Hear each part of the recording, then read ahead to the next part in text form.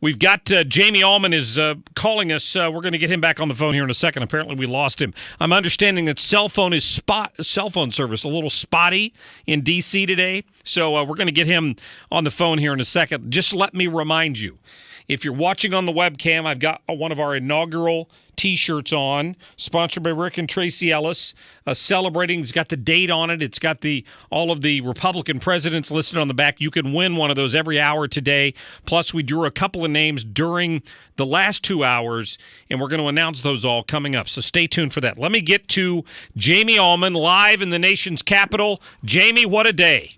Hey, I'm telling you, it's an amazing day. We're just leaving the Capitol now, and it was just beautiful, wonderful from the very beginning. We were about 200 feet away. Wow. From the stage. I mean, it was surreal watching this as close as we were able to get there and seeing just seeing the true transference of power where, you're sitting there watching Donald Trump give his speech, and through the little holes in the balcony, you could see President Obama looking at him. It just was crazy. And it was even better. I don't know what picked up on the TV, but did you all, the networks probably didn't cover it maybe, but did you see the revolt when Chuck Schumer was giving his speech? I've got that clip. When he started getting kind of nasty, people started booing him. You could hear it in the background. It was unbelievable. And, we're sitting way up front. But if you look down to the Washington Monument, you're seeing hundreds of thousands of people. And just this roar was just unbelievable. It was so nice to see. For those of us closer to the stage, I think nobody really was howling at that point. But back in the back, towards the monument, it was just amazing. But it was nice to see because people were so happy we've come this far. The last thing they wanted to hear was more pablum from the likes of Chuck Schumer. So, and Trump's speech was perfect. It was 25 minutes? I don't know. Yeah, they said about 20 minutes. Yeah. Yeah, but he hit all the hot spots. He wasn't afraid to reiterate why he was standing up there, and it was fantastic. At the same time, though, towards the tail end, as expected, he promoted unity. He said, "Come with me. I mean, this is what it's all about." So I think he hit both chords very well and did a great job. And I loved the speech, and it was true right to form for Donald Trump. So It was really just a spectacular kind of event. I thought, I don't want to be negative again, but boy, Michelle Obama, could she at least have smiled, remotely enthusiastic? I mean, the thought crossed my mind. So I also heard that at one point they were chanting Trump, Trump, Trump right before he came out. Yeah. I mean, it was because I think it was there was to a point where people just wanted to see him. Yeah. They kept on all the pomp and circumstances. It was funny. I think people just wanted to see Donald Trump finally up there. And man, for so many people, as you know, this was such a long time coming, and having gone through the rigors of that face-off with Hillary Clinton, and being told it was never going to happen, I think people were just very, very happy, very, very enthusiastic, and you could just tell the crowd was just amazed. Jamie, very cool. I don't know how far away it was from the ceremony, but in parts of Washington today, protesters were smashing windows on cars and apparently a business or two, and police had to use pepper spray. Did you see any of those protesters in your couple days you've been there? I have not. I've seen some people out there.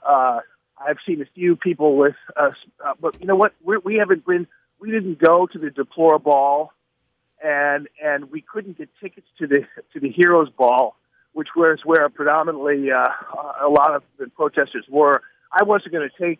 I'm with Aid in East 12. I wasn't going to take them to the Deplore Ball. Sure. So we were not able to see some of that. So we saw a few protesters, but they've been mainly focused at the Union Station area, which is near the Capitol, but they've been really kind of kept at bay. So I haven't seen it. I don't know what part of D.C. this happened. But we knew that there was a very, very heavy presence of of security and Secret Service and police and everything else around the actual venue. So it was pretty, and we had heard that there was something going on where they had busted a few bad guys, but that was about it. So I don't know what part of D.C. this took place in, but you know what? But Mark, what I am seeing though is interesting. These are all compartmentalized groups. I mean, I know people are claiming that these are not just Soros shipped in folks, but I can't help but think they are. They're signs that I've been able to see, or all the pre-printed signs. They're just the usual suspects. They're the guys who appear at the WTO, the folks who appeared at the Donald Trump rallies. They're just the same people over and over again. Right. Yeah, I heard that they had enough bus permits that they were expecting like 100,000 people there for that march they're doing tomorrow and things like that. So you're right. I'm sure it was all scheduled. Well, Jamie, what an honor to get to witness that, particularly to have Aiden there with you. Well, it's really cool. And you know what was really cool is that Senator Blunt, as you noticed, I mean, he was like the lead guy. Yeah. So, I mean, it was pretty cool that he was so close to the action, and a really proud moment to see him up there. And then, of course, he got the Missouri State choral group there, which was really beautiful. Boy, it was just a beautiful ceremony. I have to tell you, I teared up when both Vice President Pence and President Trump took the oath. It was just pretty amazing, a pretty powerful moment. And I'm trying to get video up. I can't do anything. We couldn't. They locked down. You couldn't even send pictures for security reasons. They told us.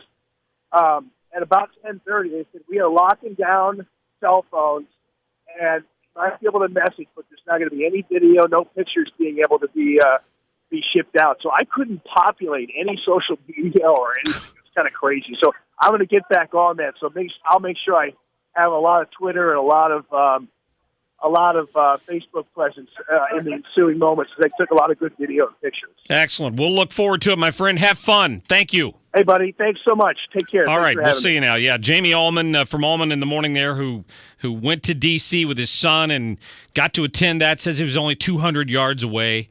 I mean, wow. What an opportunity to share with your child. So they're still on this picture with Donald Trump signing some paperwork there. He's obviously not in the Oval Office, so I haven't picked up on exactly where he is. It was interesting. They did the ceremony. I'm going to play some of Donald Trump's speech for you if you weren't able to listen to it, because as Jamie said, not only did he not back down, he really took to task the Obama administration's legacy of crime and economic problems in this country. And I want you to hear some of that. I thought probably the best point I heard as President Trump escorted former President Obama and Michelle Obama to Marine One, the helicopter, and they got in the helicopter and they lifted off and were flying away. Brit Hume from Fox News made this observation, and the liberals won't like it, but it's the truth. I won't be the first to remark that if you think about the legacy of this man whom we see flying off in a helicopter now, it really can be summed up in two words: Donald Trump.